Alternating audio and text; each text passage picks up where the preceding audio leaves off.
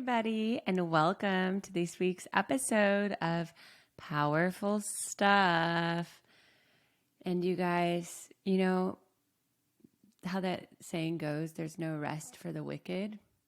Well, there's no non-power for the powerful, if you know what I mean. It's effortless at the same time while holding ourselves to this high, powerful standard. So now that we've all made peace, loved, and accepted our shadow side last week, I thought I would just take you guys along for the upgrade these next few weeks because, why not? Give you a little taste of that experience. And if you're just joining, the upgrade is my 12-week group coaching program. And this is my 7th time running it, which is crazy. 7's also my lucky number. Fun fact. And this week in the upgrade, after we love our shadow side, we recognize our patterns, where they came from, how they're holding us back. Then we actually take it through the cycle of transformation. So this is what separates the rookies from the varsity, if you know what I mean. I don't even know what I mean, guys, but let me explain. So basically, we can stay in awareness hell forever. And awareness hell is like when we're like, oh, why does this keep happening to me? I'm so aware of my patterns, but why can't I change? And so it's great. Awareness is first step in the cycle of transformation, understanding our patterns, where they came from, how they're holding us back, and what is the cost if we don't change them. And if we stay in awareness hell, or if we just stay in that awareness, but we don't ever make a new action, we never make a new change. And if we never make a new change, then we never get a new data point that reinforces a new belief about ourselves. And then we never start to step into that belief and start acting from that place and step into our dream reality, if you know what I'm saying. So basically, the cycle of transformation takes us from awareness and shifts us into action. And that's why I like to say change is from awareness plus action, right? Awareness of what we're doing, why we're doing it, what we want to do, and what is that new action? What is that new shift? Boom, magic. Okay, so as I was saying, in the upgrade, we do the 12, well, it's 12 weeks, but we do patterns firstly, we do a lifestyle audit. Let's just lay everything out on the table. What are we doing? What's sparking joy? What's not sparking joy? What is the gap between where we are and where we want to be? Just like an honest assessment, as you would with anything. Do that initial audit of like your clothes before you get rid of some or donate some and then buy some new clothes. You kind of want to know, like, what do I have? What matches? What stays? What sparks joy? So we do that. Then we look at the patterns. What are the patterns that are blocking me from getting to that dream reality? Where did they come from in my childhood? Why are they still showing up? How are they still showing up?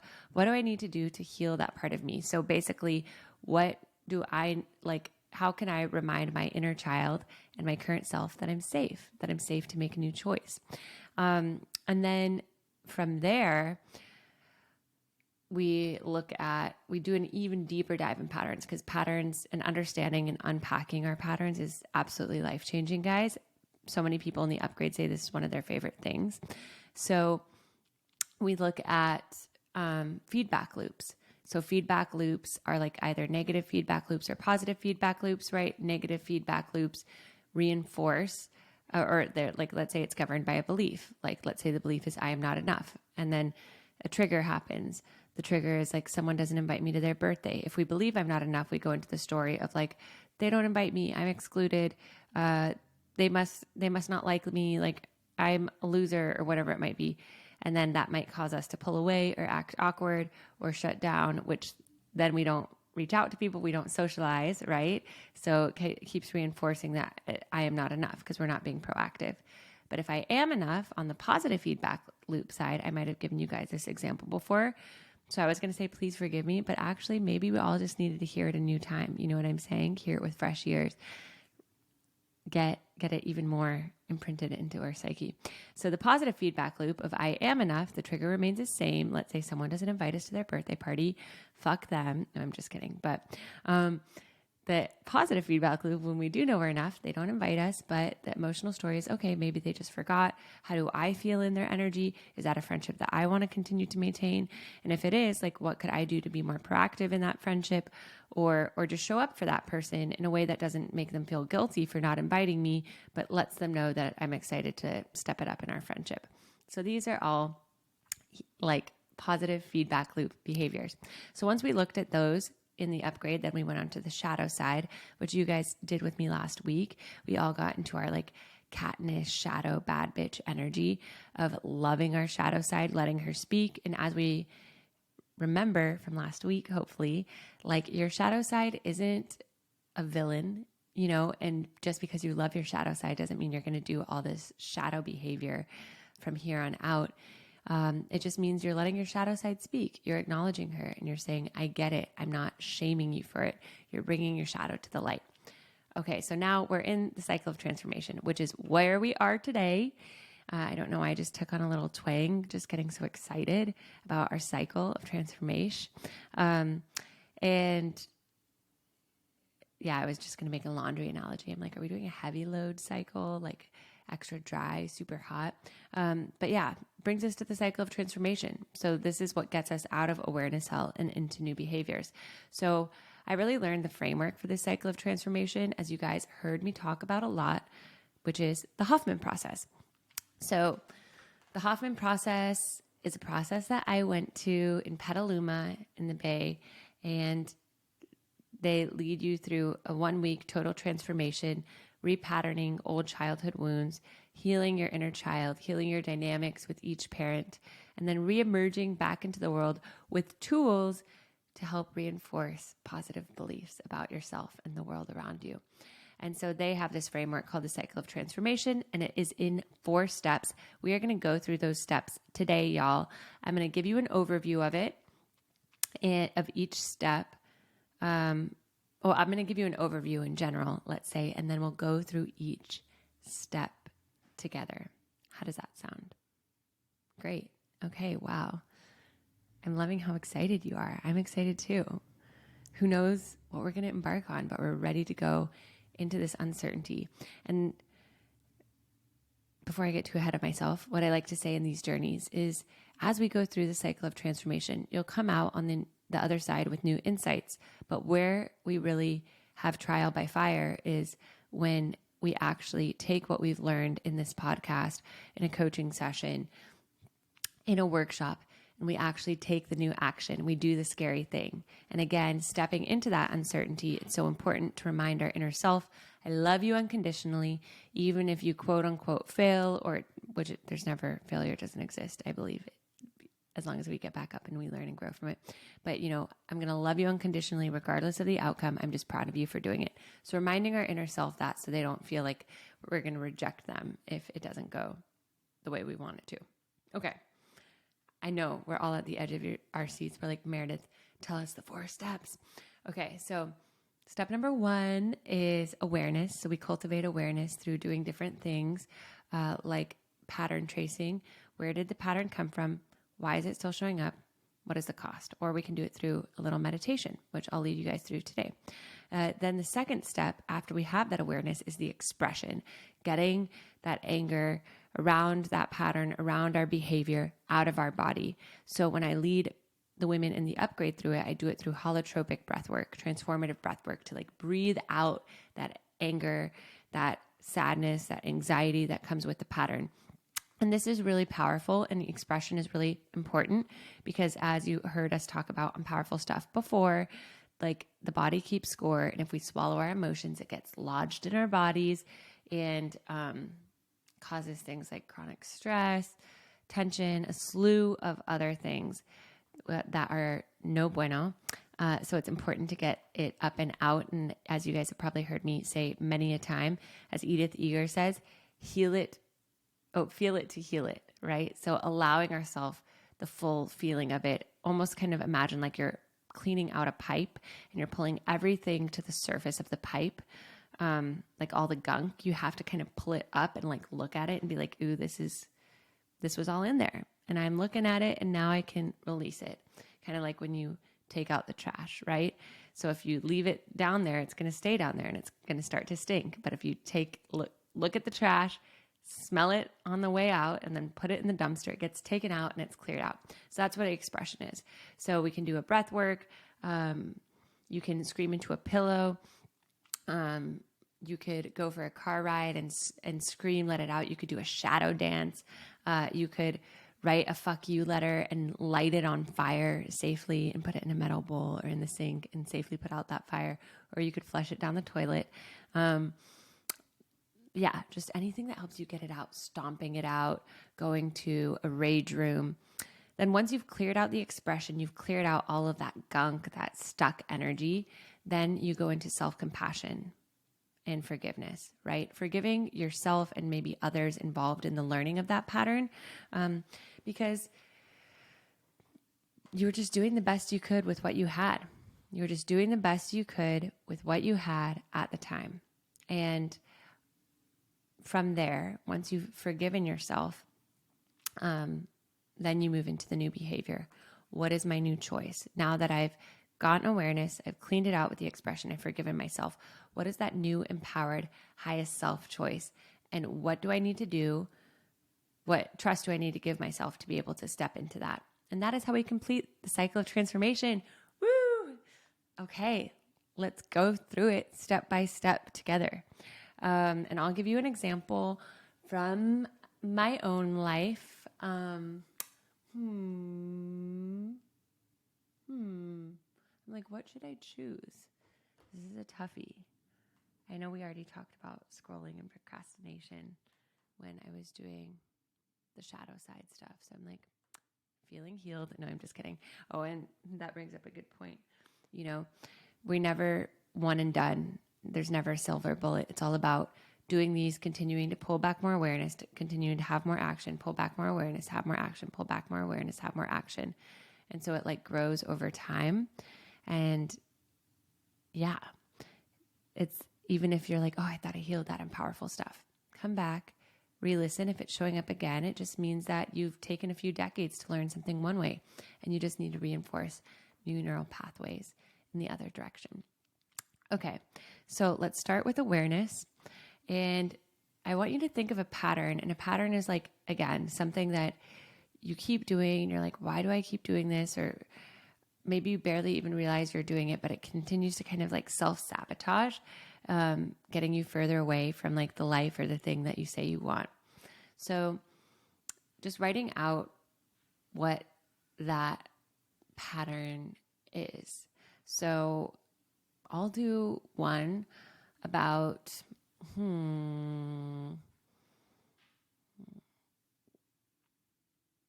I'll do one where I feel like, okay, I feel like I get triggered and I shut down when I feel like my husband isn't being present with me, if he's like responding and he's like on his computer or doing something on his phone, and I get kind of like triggered and I shut down.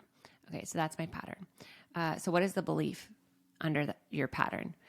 So the belief under my pattern is maybe like, you know, I am not lovable, because if I was, he would be giving me his full attention, not this computer or whatever.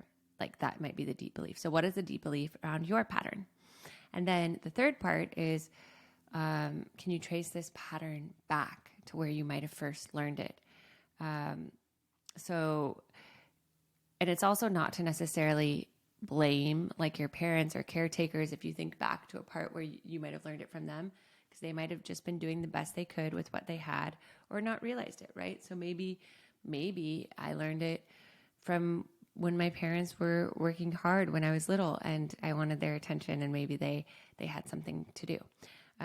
Maybe I learned it from, kind of like wanting their attention when they were like in work mode when I was little. So maybe closing your eyes at this point, I usually guide a little meditation. So closing your eyes and just taking a moment to take a deep breath in and open mouth exhale. And as you think of this pattern, imagine that you are walking on the beach feeling the sand beneath your toes, feeling the wind on your skin, and imagining that you come to a beautiful magic carpet. And on this magic carpet you go. The magic carpet has a safety seatbelt. You strap it in, feeling safe and secure as it lifts you up through the clouds. And it takes you through a portal, opening up to a scene from your childhood where you first learned this pattern. And then just taking a look around, noticing how old you are in this scene. Noticing who else is in the scene.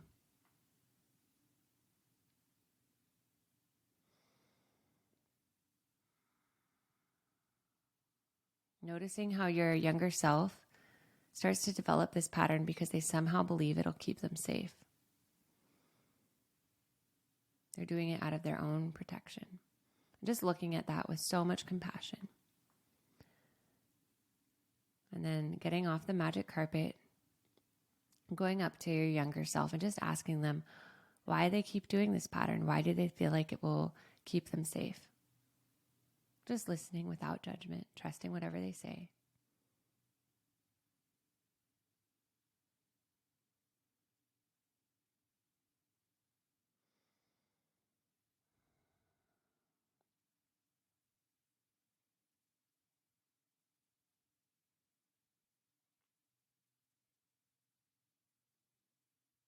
And then asking your younger self what they need from you to feel safe moving forward. What do they need from you to feel safe, to trust you moving forward to break this pattern? What reassurance do they need from you?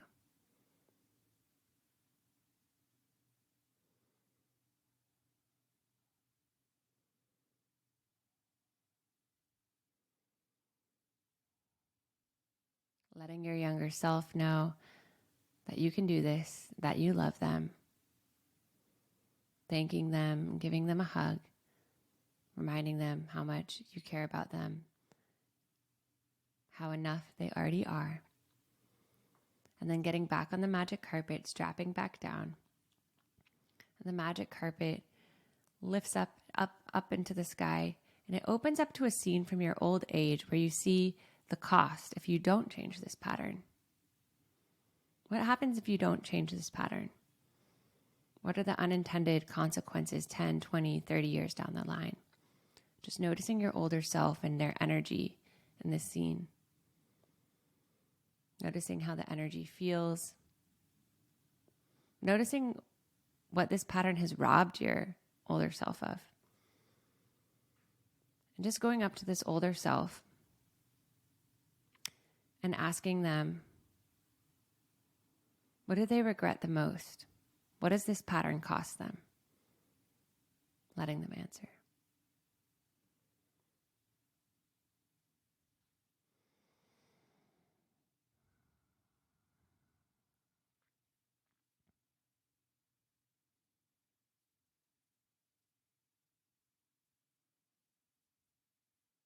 Thanking them, getting back on the carpet, telling them you love them, strapping in. The magic carpet floats down through the clouds, back down, softly landing on the beach. You unbuckle, step off the magic carpet, feeling once again the sand beneath your toes, taking a deep breath in, and exhale to arrive back in this room, coming back into this space. And as you open your eyes, let's discuss together more awareness. So where did that pattern come from? Write it down. Why did your younger self think that that pattern would keep you safe? Write that down with more awareness. And then, what does your younger self need from you to feel safe with you, to break this pattern, to step into the unknown, right? Oftentimes we can stay in the familiar, in what we know, even if we don't like it, because it's what's consistent, it's what's safe. So what does your younger self need from you?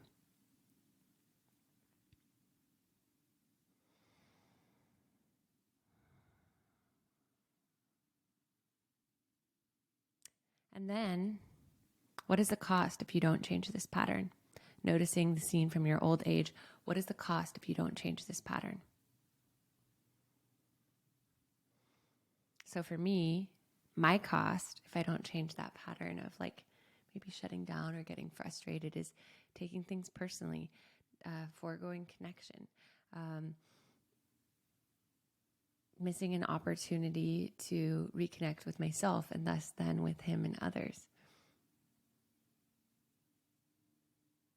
Stewing on things, holding on to things, reaffirming like a negative viewpoint in the world because that reaffirms the frustration or the belief of like, I'm not enough or I don't deserve full attention or whatever it might be.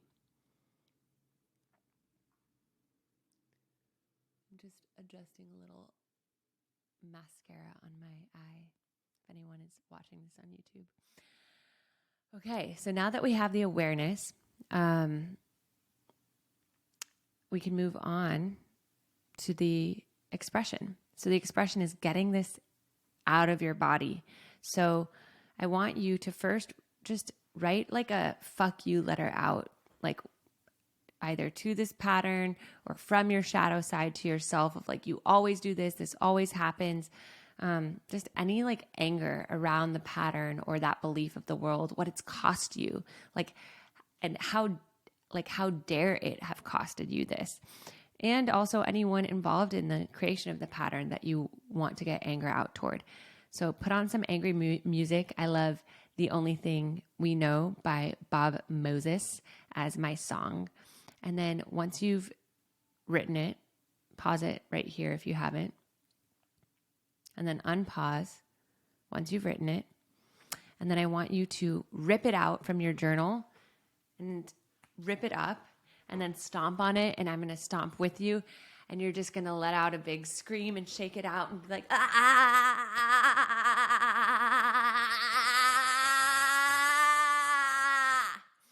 Do it once more and pull out any like black tar or stuckness from your body and throw it into the earth and just, ah!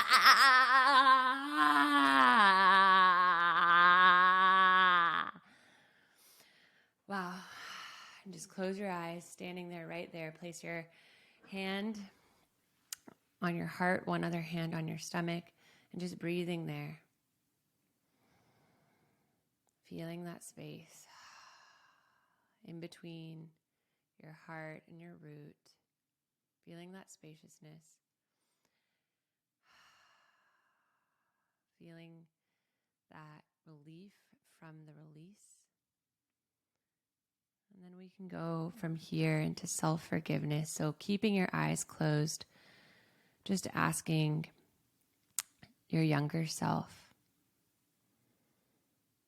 for forgiveness and just telling them as you look at your younger self, beautiful, perfectly imperfect, placing your hands on their shoulders, telling them as if you're looking at your 6-year-old self, I love you.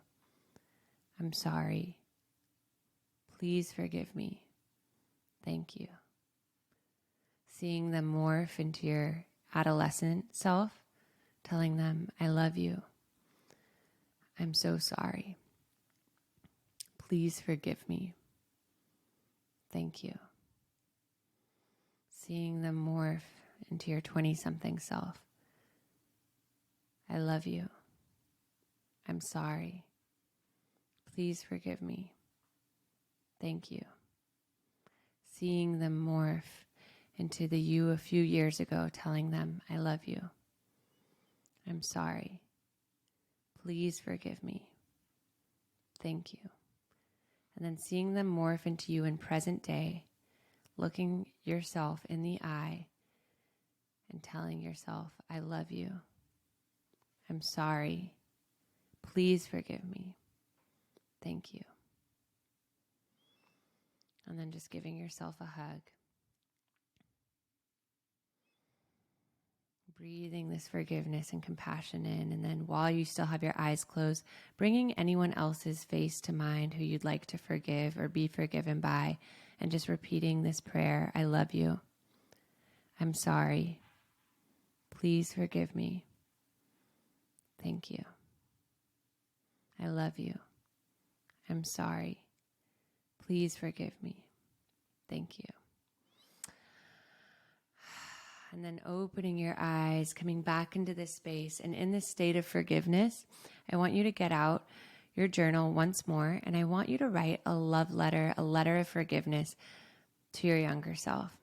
And apologize to them for all the times that you've made them feel not enough, that you've looked for love or validation in other places, that you've broken their trust. And just acknowledge like why they might have acted out, why they might have felt certain ways, why they might have felt abandoned by you. And just have so much compassion for them and for your present day self. So I want you to pause, put on some healing music of forgiveness. I love this song, Dear Soul. And write why you forgive yourself to yourself in second person. So spend a few minutes writing this and then saying it back out loud to yourself in the mirror. That's going to be extra powerful to look at yourself in the mirror and say this. So pause and come back when your letter is done.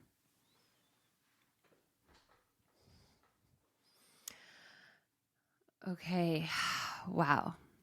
Powerful stuff. Self-forgiveness and self-compassion, I always say to my clients, like if I can leave you with one thing, it's to be compassionate with yourself and to remain curious.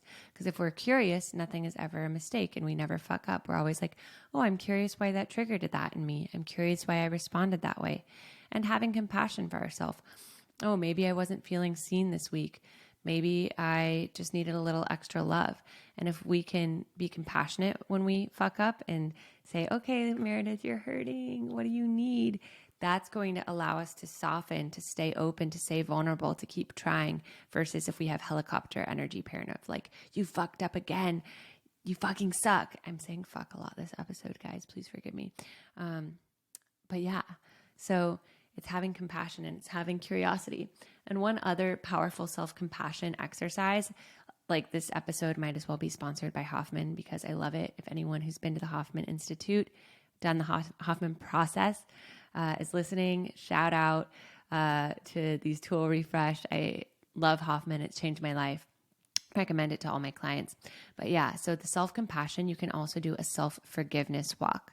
And so self-forgiveness, self-compassion walk is where you go on a walk and for 10 minutes or however long in one direction with each step, you say, I forgive myself for.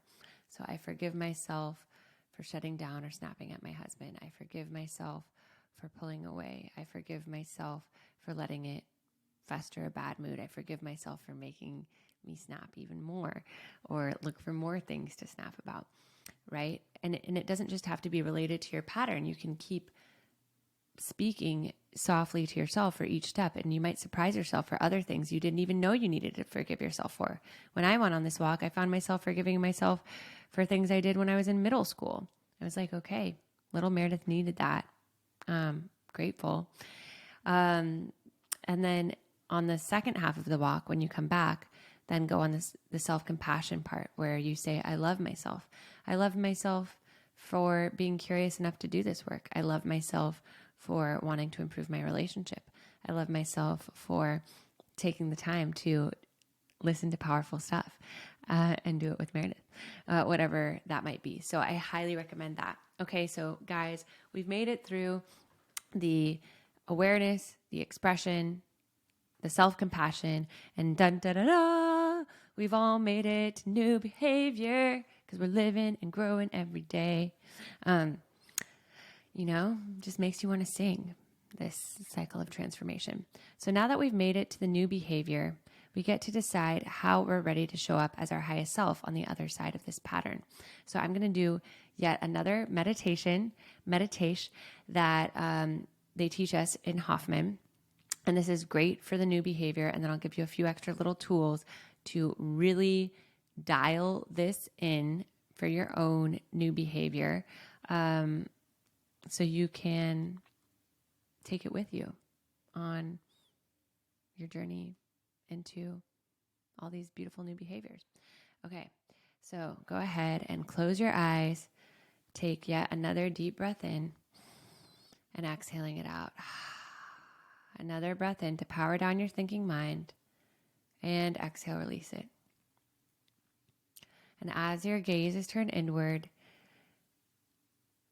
bring to mind an old situation or a recent situation where you were in this pattern, acting not as your highest self. When you were in this pattern and you were kind of spiraling in the negative direction.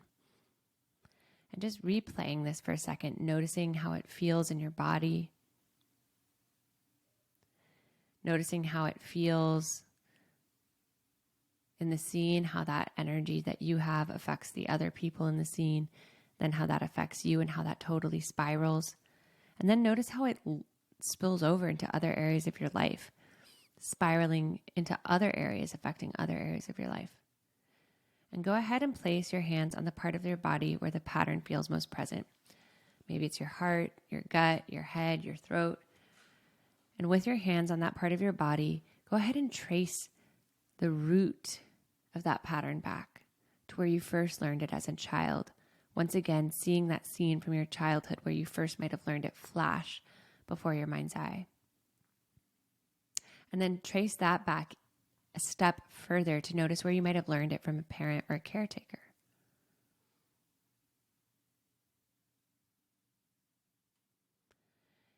And where they might have learned it as a child. And then keeping your eyes closed with both hands, imagine you're pulling this old pattern once and for all out of your body, getting any last remaining things, like you're pulling out tar from your body, just pulling it out, holding it in front of you, and in your mind's eye, just noticing how it looks and feels, feeling the weight of it. And then keeping both eyes closed, start to rub your hands together. Rubbing your hands together, transforming the pattern into something amazing and magnificent and wonderful, and opening your hands. And in your mind's eye, seeing the new, beautiful energy that has been created in place of this old pattern.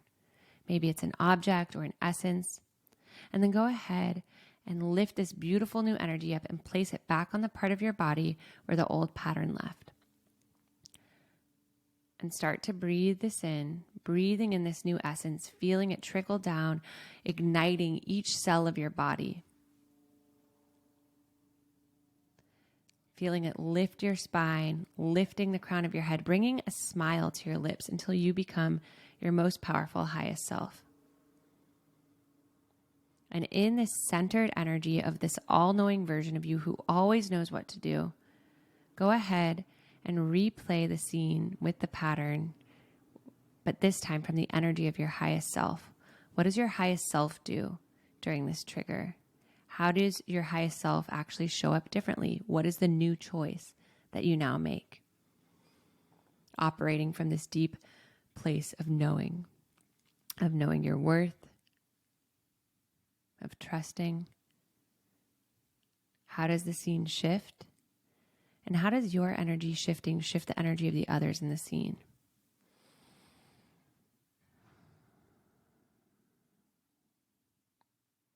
And then how does that elevate the scene, shifting the scene? And then how does that ripple into other areas of your life? How does that elevate your relationships? How does that elevate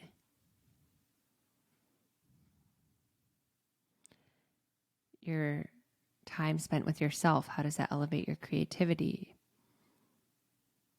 How does that elevate other areas of your life? Just feeling that play out, breathing into that new behavior. And how does that version of you who shows up in the scene in this positive way, how does that version of you dress? How does that version of you savor your food? How does that version of you spend quiet time alone?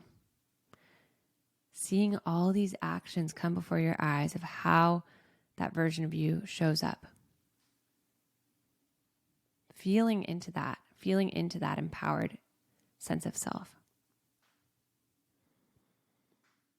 And then taking a deep breath in, breathing in this highest self energy, exhaling it out, opening your eyes, coming back into this space.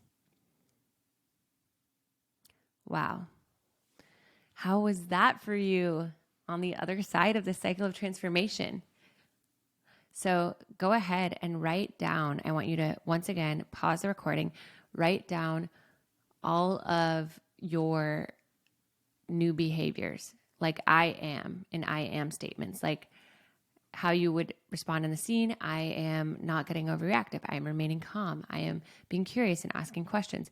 And then spilling it over into other parts of your life is how does that version of you show up, in other facets of work? How does that version of you show up in other relationships? How does that version of you show up? I am doing this. I'm doing this. I am doing this.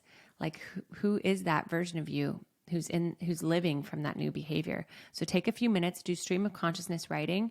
I like to play Moon, parentheses, and It Went Like by Kid Francescoli.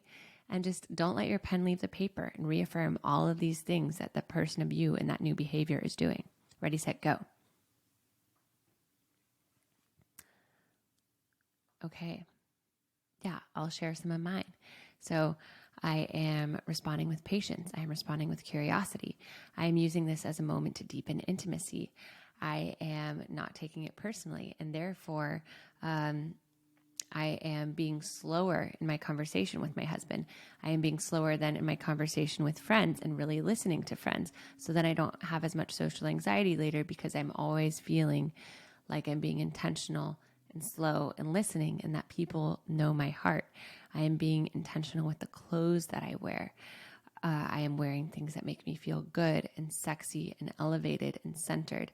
I am having spaciousness in my schedule, so I never feel rushed. So do you see how like one little instance of my own little pattern of shutting down or something with my husband can lead to a slew of other like breakthroughs and new behavior data points in other parts of my life. So to really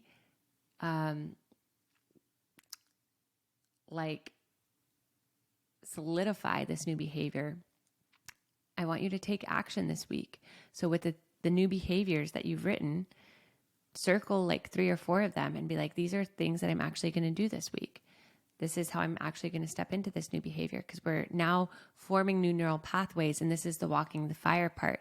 Now that we've forgiven ourselves, we've gotten the other stuff out of our body, this is where we actually make the shift in how we show up in the new choice we make. Viktor Frankl has this quote: between stimulus and response, there is a space, and in that space is a choice, and in that choice is our freedom.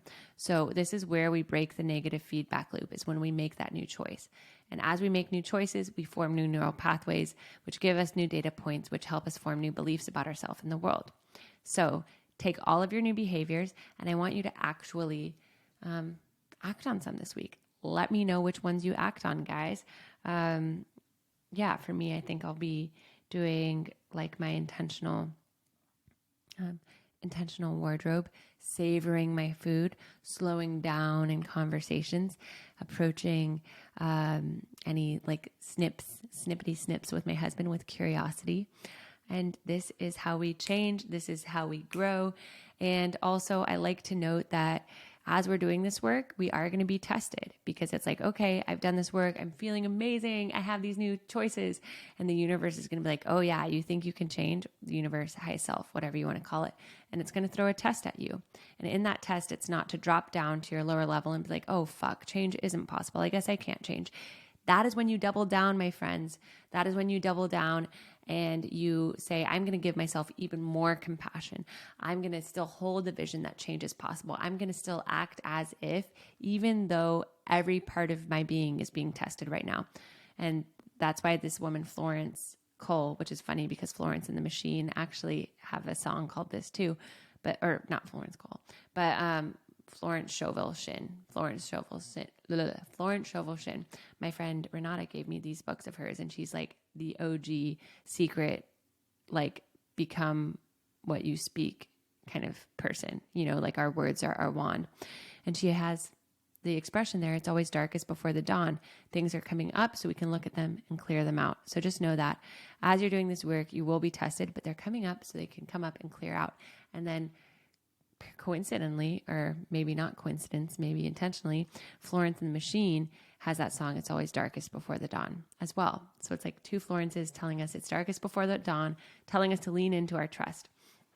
Okay, guys, I hope you had a powerful cycle of transformation. Please write to me. Let me know what transformed for you, what is showing up. Okay. Well, let's close out with our 3 breaths. So taking a deep breath in, breathing in all that we talked about today, breathing in and exhaling it out, trusting that it's perfectly as it was supposed to be. Second breath, breathing in anything that still feels like a question mark, anything that we didn't touch on today, and exhaling that out, trusting that is as well perfect. It was exactly as it's meant to be. And then third breath in, breathing in this new behavior, this trust in yourself, and exhaling it out, letting that guide you through your week as you shift into your new and true behavior. Okay, beautiful, everybody. Thank you for going through the cycle of transformation with me. Once again, shout out to Hoffman Process, who I love, changed my life, countless others, highly influential in my coaching. And if you guys are curious about coaching, going deeper, or want to hear more about the upgrade, you can go to themeredithbaker.com and you can book a little discovery call with me there. Otherwise, I will see you next week for more powerful stuff.